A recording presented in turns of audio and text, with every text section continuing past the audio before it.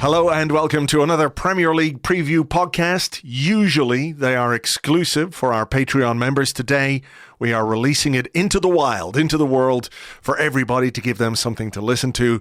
As always, or as normally, I'm joined by Lewis Ambrose. Good afternoon, Lewis. Good afternoon, Andrew.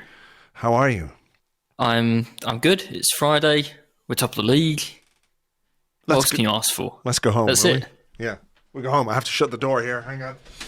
Lest the dogs start barking in the background. Yeah, so we are releasing this to everybody on a Friday afternoon because we put an Arsecast out yesterday. I didn't want people to have nothing to listen to on a Friday because, as everyone knows, there are no other Arsenal podcasts out there and we're trying to service very heavy demand here. If you do fancy a Premier League preview podcast before every game, as well as all the other bits and pieces that we do on Patreon, feel free to sign up. It's patreon.com/Arseblog. You get access to all that content instantly, as well as supporting everything else that we do on the site. So there you go. That'll be the last plug, probably. Although, I should say, for now, there will be at some point in the middle of this, there will be an ad break. But there are no ad breaks on Patreon as well. All the podcasts are completely ad-free. And they fill you, if you listen on Patreon, you're filled with a sense of well-being that you just don't get if you're listening elsewhere. And you get to join on Discord and tell us all the things you didn't like about the podcast. That's very true. Oh, as well as the things that you do like, of course. We welcome... Oh, yeah, sorry. I didn't mean to rule out any positive feedback. We do welcome positive feedback. And actually, one of the benefits of the Patreon and the Discord community, particularly this weekend when this game against Bournemouth is not being shown on TV anywhere in the UK, although it is on TV in Ireland. You can't move to Ireland that quickly, most of you listening to this, but you could get on the Discord and there is a channel in there where people are very good at sharing streams and other things that might allow you to watch games like this. So feel free to get on board with that as well. It is genuinely a very, very helpful and welcoming community. So I'm not just saying that. We are top of the league, Lewis. We remain 5 points clear for now after our win against Everton the other night. We spoke about this the other day in the preview podcast, of course. We talked about what Arsenal might need to do to break Everton open. How much of that did you see in the Arsenal performance on Wednesday night? Not a great deal in the first half an hour or so. I think we talked about maybe the centre backs carrying the ball a little bit more. There wasn't much of that, but the first goal did come from.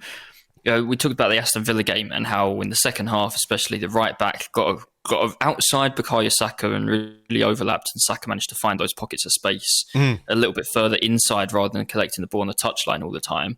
And the first goal came from that. The first goal came from a combination of Gabriel Martinelli not being stuck on the left touchline. Well, he was on the right touchline. Yeah, exactly. He was providing that overlap on the right because of the fluidity, that we've seen the last couple of games with him and Leandro Trossard playing up front, and it meant Saka could tuck inside and just get that bit of space in the middle. And brilliant goal. And from there. It's always the thing against these teams, isn't it? The first goal. It's all about getting the first goal. And from there, I think there were maybe some nerves with the start of the game, the first 20, 30 minutes. But as soon as we were 1-0 up, you fancied us to click into gear a little bit more and take advantage of Everton needing to score a goal to get back into it. He was asked about Alexander Zinchenko today at his press conference, Mikel Arteta, and about how, his contribution, his role in that first goal, because he played the pass to Bukayo Saka, but it came after he dribbled from central midfield into the sort of right central midfield. The Martin Odegaard position. Yeah, exactly, which is not where ordinarily you expect to find a left back. And he was asked about whether, this is something that he encourages. And he said, if he gives the ball away and they have a counter-attack and they score, I would be really upset.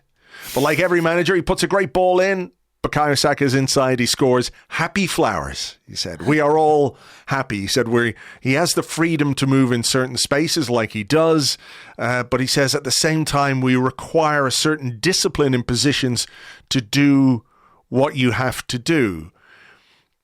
it's quite almost a double-edged sword in a way, isn't it? It's like, be free, go and do something, go and use your ability on the ball, your technical ability to make something happen. But how much of the responsibility of other teammates is it when Zinchenko goes into those positions to be aware that that's happening? Like, if he did it once in his life and lost the ball and the opposition go up the other end and score, you can sort of forgive the Arsenal players or maybe the Arsenal team for being a little bit caught unawares or disorganized. But it should be of no surprise to anybody that Alexander Zinchenko is going to do these things. So there is a measure of, oh, well, look, there he goes. We better shuffle into position here and make sure that we've got sufficient cover in that left-back space. Who that is, I don't know, because Granit Xhaka was at centre-forward. But, like, I'm just saying that the team has to be aware that these fluid motions are going to take place in front of them, and they have to organise themselves to best cope with any breakdown in play.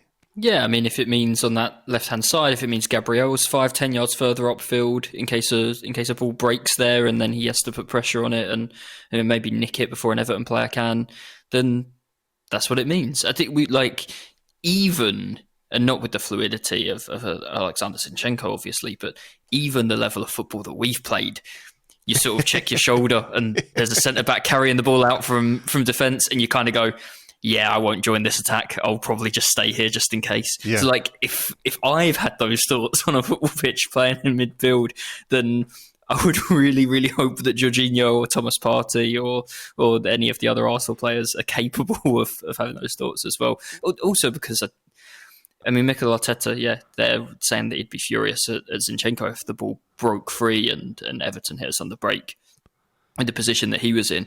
I'm sure Mikel Arteta would have a few choice words for other players as well if Zinchenko went on one of those runs and everyone else just sort of went with him. Yeah, like got on with what they would usually do regardless, and everyone just piled forward. So I'm sure that sort of outrage from him would Zinchenko wouldn't bear the brunt of it on his own, I don't think. So, you know, the players know. And like you say, it's not a surprise to see him pop up in midfield and on the right even, so far forward with the ball. I mean, it's obviously more pronounced in games where we have more of the ball, but he didn't play anything like a left-back the other day, like a traditional left-back, should probably say. He basically just played in midfield for the 90 minutes. It's sort of more obvious when Kieran Tierney comes on and does that, because with Zinchenko in those central positions, it looks a bit natural. It looks quite natural, right? Because that's kind of where we're used to seeing him, but it's also, you know, where he has played a lot, particularly at international level. He plays in those positions quite regularly, whereas Kieran Tierney is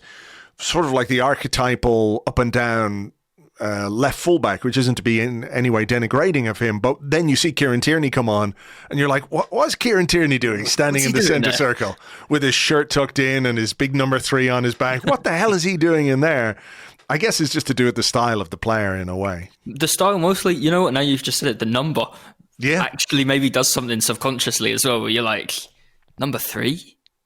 In the middle of the pitch? What's he doing? What's happening? Like, Zinchenko wearing 35 is, you know, he can go wherever he likes and he wouldn't look out of, like, at a glance, he wouldn't look completely out of place. I think Tierney's just quite technically speaking as well, I don't think he's bad technically, but he's quite like a rigid footballer.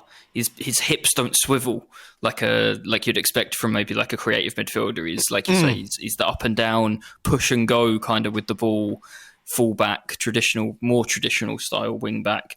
And Zinchenko, every touch with the outside of the boot, the inside of the boot, he'll turn this way or that way, shake a player off under pressure. And Tierney, everything looks a little bit more wooden, I guess, when he's on the ball, and it just does stand out that little bit more. It does. Mikel Arteta was asked again about Gabriel Jesus. He said, I don't want to give a timeline, but he's doing certain things with the team and certain things outside the team. He said he's not very close, but he's not far at all. He did clarify that he's not yet in full contact training. I think Charles Watts asked him that if he was in full contact training. He's not quite there yet. So he said he's not very close, but he's not far at all. Classic Arteta, giving with one hand and taking away with the other. We don't quite know what that might mean, but it is promising that he's coming back at a time when we may have more fixtures to contend with Europe and everything else, and if we make progress in Europe, his presence is going to be very, very welcome. It is amazing to think, though, that given how important he was and how hugely he contributed to the first half of our season pre-World Cup, and what a influential figure he was on the pitch in terms of how we played and the performances that we put in. I mean, I don't know that too many people would have put money on Arsenal being 5 points clear at the top of the table after receiving the news that Gabriel Jesus was going to be out for 3 months. I would say nobody really would have put money on that, or not any significant amounts of money. I think the initial reaction when Gabriel Jesus got injured, also because it was this weird World Cup period and we'd had so much time to just think about Arsenal without actually watching Arsenal. There wasn't another game around the corner. There hadn't been a game for a few weeks. And there'd been so much thinking and talking that I think by the time the World Cup came around, everyone was kind of in this position where we were like, oh, we're actually in a title race here, and we could maybe be in a title race for the duration of the season. But everybody's been fit so far, and we can't afford to lose anyone. And then the World Cup came along, and we did lose, I think, up to that point, arguably our player of the season. And I don't think anybody expected us to maintain that gap to City. And obviously it comes along with City dropping points along the way as well. But to still have that gap to them, having lost the game at home against them without Gabriel Jesus, it's got, like you say, there's a lot of games coming up before the international break. I think it's 5 in 11 or 5 in 15 days or 16 days, beginning with Bournemouth on Saturday. 3 league games and the 2 Europa League games against Sporting. And to think that we're still in the same position as we were when he was out, and he could be in that run of games. Hopefully he'll be back in time to get some minutes before the international break, and then after the international break be ready to hit the ground running. And we've sort of gone through this period so far, knock on wood, and we've got the same gap to City. The belief, I think, within the squad, within the team, to think he's going to come back and we're still top of the league, has to really make them believe that they've got something for the final couple of months of the season to help push them even further and get us over the line. No, I agree. It must be exciting to think that he is going to come back, and you do have this other option. You do have this great player basically coming back into your team at what could be a key part of the season. Whether or not we see him before the international break, we'll have to wait and see. You know, it's Bournemouth, Sporting, Fulham away.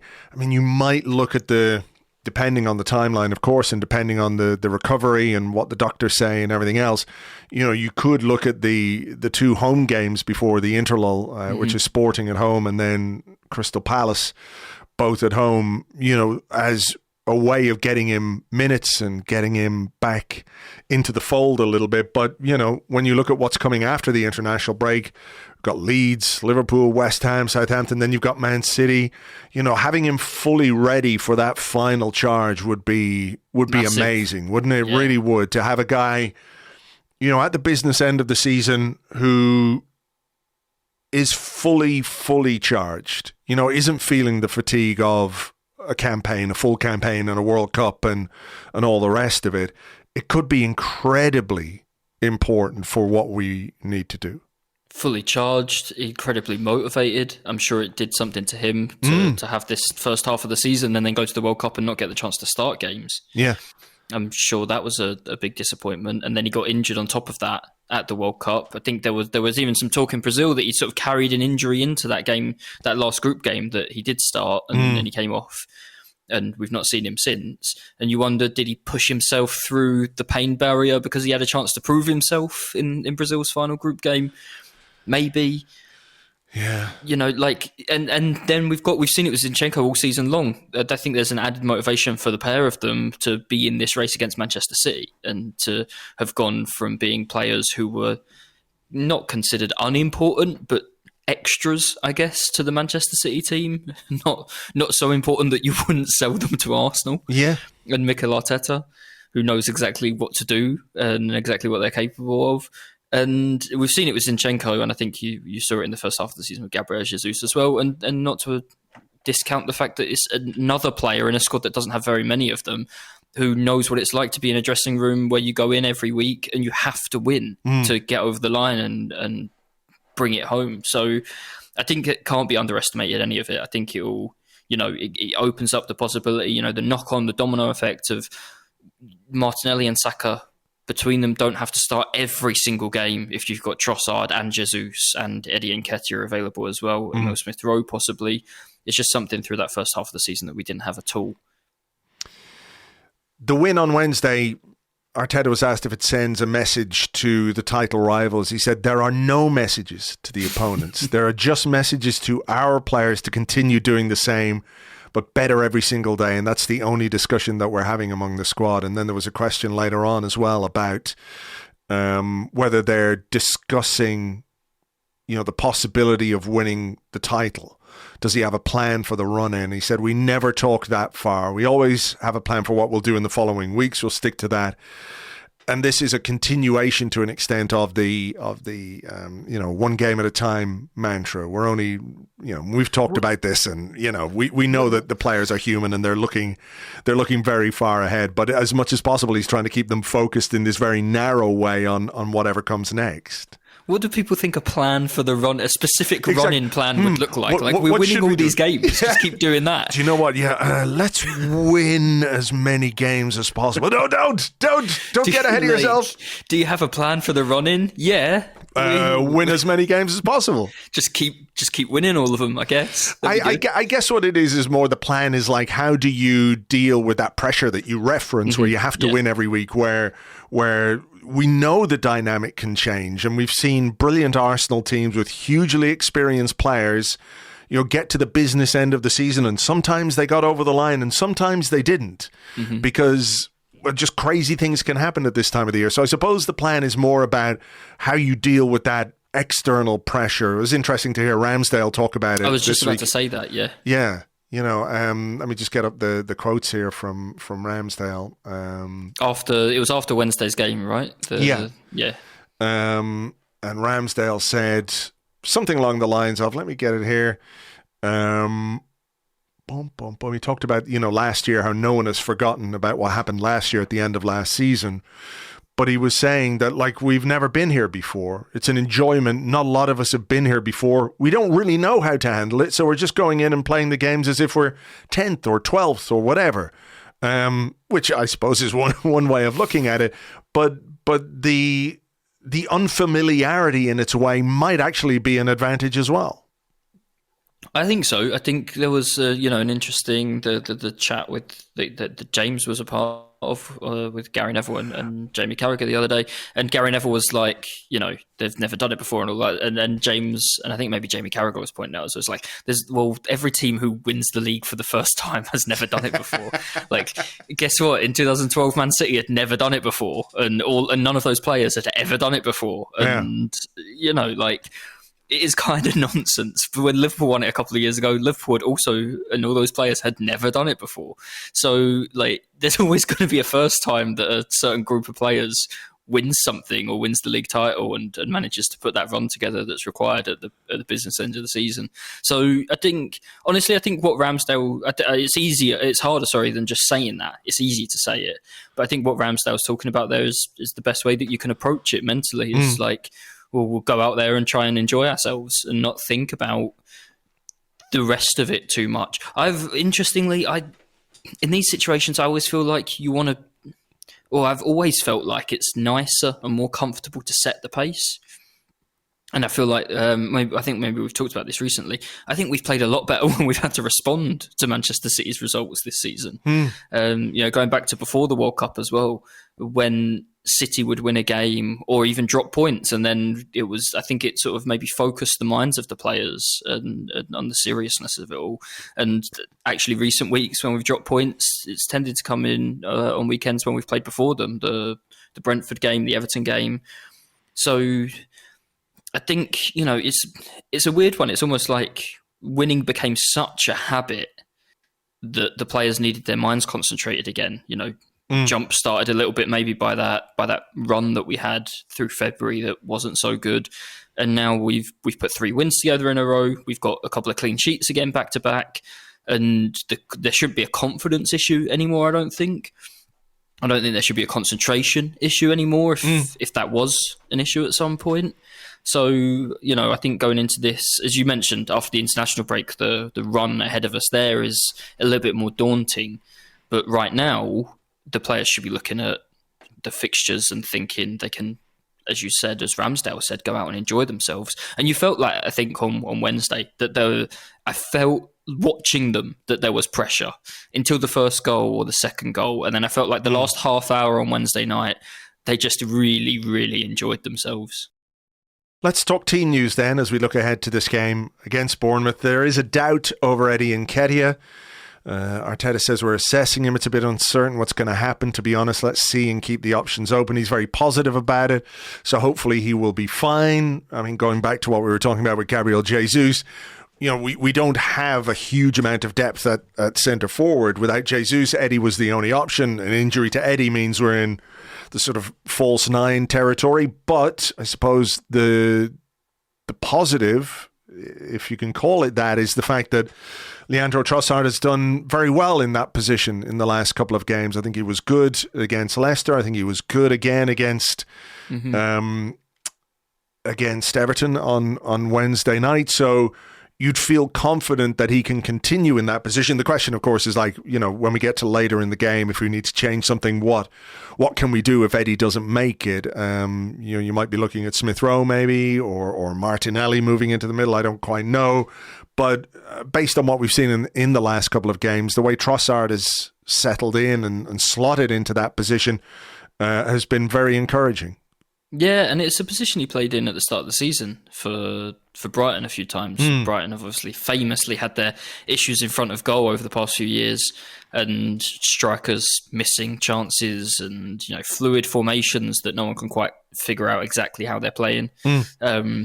Or not in a traditional way anyway. And Trossard spent quite a lot of the start of the season up front for Brighton. So it's nothing alien to him, even if he is a bit more of a winger naturally, or a wide player at least. So I've had no reservations. I think a few weeks ago we were talking about it and people were worried about Martinelli's form. We were talking about Trossard coming in Martinelli's place.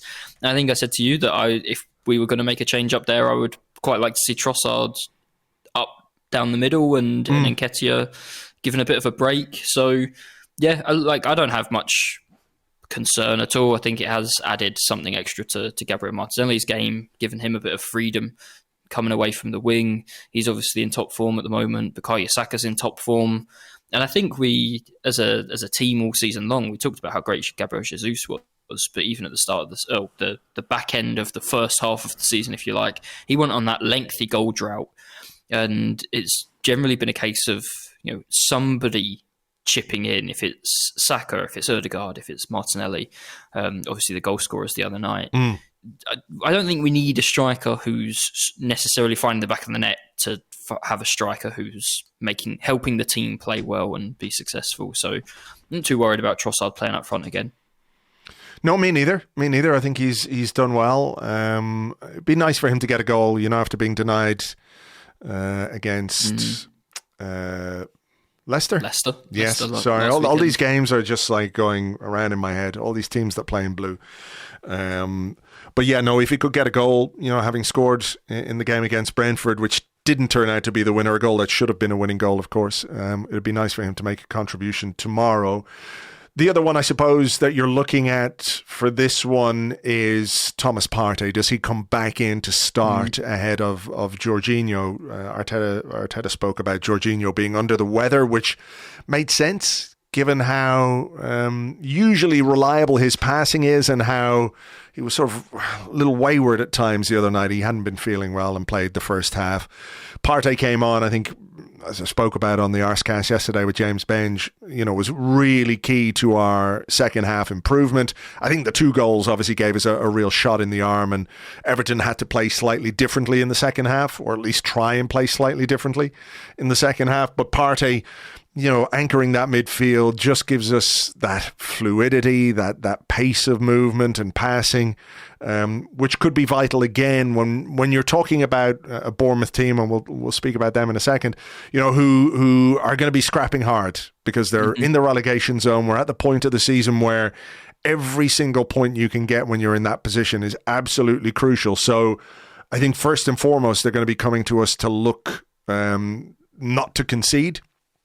And that will bring with it its own challenges. But in those kind of games, someone like Partey, Bournemouth are going to play like Tottenham played when they came earlier in the season in the North London derby, right? That's basically it. They're going to sit behind the ball. They're going to try and break, and that's it's going to be on us to try and break them down. Your own thoughts on how Bournemouth and Tottenham's ambitions are the same. That's, I'll leave that with you.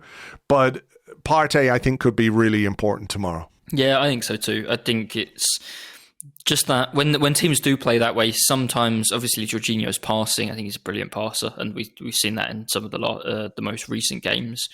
He's been really, really important in that regard. But it's not like Partey can't pass. He's maybe a little bit less aggressive and adventurous. The difference, obviously, is sweeping up defensively and keeping attacks wave after wave after wave of the attack going. I think Jorginho is a bit more of a active defender, I'd probably say, than people give him credit for. But it's very much like he tries to nick the ball, and if he doesn't nick the ball, then he's done. Like he can't turn around and then start making that run back and have a second bite at it. So Partey's going to be really important, I think, in that regard if he does play. I wouldn't, again, because of Jorginho's ability on the ball, I wouldn't mind too much if he did start again. We obviously don't know how fit Thomas Partey is, and we've got a big run of games coming up, even if they aren't the biggest fixtures. But Partey obviously he just has those long legs, and that ability to cover ground just means that those counter-attacks are snuffed out a little bit more regularly, probably with him at the base of the midfield. And you can probably then allow Zinchenko and allow Ben White to get a little bit more involved in the final third and kind of leave the defending, stopping the counter-attacks, stopping them on the break. You can leave that to Partey and the two centre-halves rather than needing maybe Ben White to stick a little bit closer to the other defenders so that you've got an extra body there when one of our attacks does break down. And I think we, it's something we talk about. It's just going to be important breaking these teams down is movement and fluidity and getting bodies forward and not letting them completely crowd us out. And Everton obviously did that really well at Goodison Park. Brentford did it well at the Emirates. It's going to be important to get Zinchenko on the ball, to get Martinelli and Trossard drifting, and to get Ben White helping Bukayo Saka out on the right-hand side as well. What do you expect from Bournemouth in terms of the way they're going to set up for this one? Because last week against Man City, they played a 5-4-1. Normally they play with a back four or a 4-2-3-1 or a 4-4-1-1 formation. But they went to a back five against Manchester City and got smashed 4-1. You imagine the thinking behind that was, okay, well, listen, this is Manchester City. They're a very good team. We'll play with five at the back, try and defend, block space, etc., etc. It didn't really work. Do you think he might go back to a back four, or is it a case that, okay, that was a bit of a training run against Man City, we can do it better now this weekend against Arsenal? It is trying to find that balance, isn't it, between a formation which gives you defensive protection and one which doesn't leave you completely and utterly under pressure because you just can't get the ball up the pitch. Yeah, you get the striker completely stranded because nobody's anywhere near him every time you get the ball forward. I don't know, to be honest. I think they've played a back five in a few other games as well. I think they did against us early in the season, and they have against Chelsea not that long ago. But I mean, to me, this is if I'm Bournemouth, I'm thinking it's kind of much of a muchness. Like, you need to turn up and just hope Arsenal have a bad day. Basically, I think Bournemouth are the team, I think it's famous last words, they're the team that I would, in the league, least expect to turn up and kind of think, but on their day, even if you compare them to Leeds or Southampton, Wolves, Forest, the other teams down there, I think like the gap in talent between Bournemouth and basically everybody else, or actually everybody else in the Premier League, it means they need to turn up. They need to just be organised and not let a goal in, and then just cross their fingers that we miss our chances, that they take theirs, whatever they can get on the break or from a set piece. So we're going to get another game where it's spoiled. You know, Michael Oliver took the brave step to have a word with Seamus Coleman 5 minutes into Wednesday night's game when Jordan Pickford was taking a while over a goal kick, and then never mentioned it again for some reason. We're getting very, very used to this. Even the great Edison at Manchester City decided, these lot are off to play against. Let's try and take as long as we can over every single goal kick. So like it's going to be a lot of that again. And I think, you know, how the game pans out, it will have the ball. Bournemouth don't keep the ball or have much of the possession when they play anybody in the league. So they're certainly not going to come to the Emirates and have much of it. And yeah, long balls to Solanke or Kiefer Moore, if he, you know, more who could maybe fit this game for them, like a bit of more of a big lump up front. I wouldn't be stunned for that reason to see them even go like 4-4-2 and just have both strikers as targets to try and take a centre half each. Yeah, exactly. Yeah, but you know, if they do that, they're welcome to do that as far as I'm concerned. If they want to play like that and leave one extra defender out, then we'll have plenty more space in the final third to create something. Would be a problem. Well, look, let's hope, you know, the win against Everton the other night has given back a bit of confidence at home. I think it really will make a difference. You know, the crowd will be up for this. I think what's been fascinating about the last couple of weeks is, you know, the reaction of the home fans to any player that's time wasting at all. I think the Newcastle game was like a line in the sand. It's like this collective, this Borg mind, 60,000 people. The minute they see anybody, any goalkeeper wasting time, is like fucking, you know, they're having none of it and letting the referees know. So it will be fascinating to see how we go, and hopefully we can get the goals and the 3 points. The gap, of course, could be closed by the time that we play because Manchester City are at home to Newcastle at 12:30. So, I mean, Newcastle have been good under you know, Eddie Howe, plucky little underdogs. Newcastle with the PE teacher in charge. Yeah, exactly. You know, how could you not root for these guys? But you know, they've been defensively solid. I mean, I suppose from our perspective, we're looking for them to do us a bit of a favour. I do worry that their form in the first part of the season was, if not quite an anomaly, they were going through a bit of a purple patch. Like we spoke about it before, you know, the idea that their defensive record is so good is just ridiculous. It's, you know, they're well organized, et cetera, but it's a bit of a fluke or a freak occurrence that they conceded so few goals and kept so many clean sheets. I'm not saying they didn't work hard for them, but, you know, I don't know that still expect a goal to sort of like bounce in at some point with a deflection or something. Exactly. And they've sort of got away with a few. So my worry is going into this game against Man City is that they've kind of used up all of that. Yeah, I mean, I wonder about the League Cup final last week and if that'll be if there'll be a response to that, or if it's more like the bubble has burst and now everything collapses. I'd quite happily see everything collapse after 3 o'clock on Saturday for them for the rest of the season. Yeah. I mean, like we know it's almost one of those awful ones when Man City are playing. And obviously, we're all watching them, hoping they drop points, but we know Newcastle are capable. Like you'd almost rather, just for the sake of your own sanity, Manchester City play Bournemouth and just get it over and done with. You know, we know Newcastle can turn up and spoil a game. You hold out hope that they play as well as they did. I thought they played really well at the Emirates and thought they're defensively excellent. And if they could do that again, then they've got every chance of taking something away from this game. I suspect Man City will have too much, especially at home. Yeah. And I suspect last Sunday will not be something Newcastle will be responding to, but it actually would have been quite deflating. So, you know, here's hoping, but I wouldn't overly optimistic. No, me neither. So, you know, we could be going into this game tomorrow with the gap back to 2 points. So there's that pressure you were talking about, that need to respond. I suppose the other big game of the weekend is Liverpool against Manchester United. I know Liverpool are still a bit inconsistent, but they do look to be getting back to something, not their best, but a bit more like the Liverpool that we have known over the last couple of years. Yeah, I think you summed it up with back to something. Back to something, Like yeah. They were nothing. For a while, yeah. For a few months there, they really were a little more than nothing. It's a shame that that's over, isn't it? But I mean, four clean sheets in a row in the league, and then I think that's Liverpool at the moment. They had 4 clean sheets in a row in the league, but then they had that weird Champions League game against Real Madrid in the middle where they went 2-0 up and lost 5-2.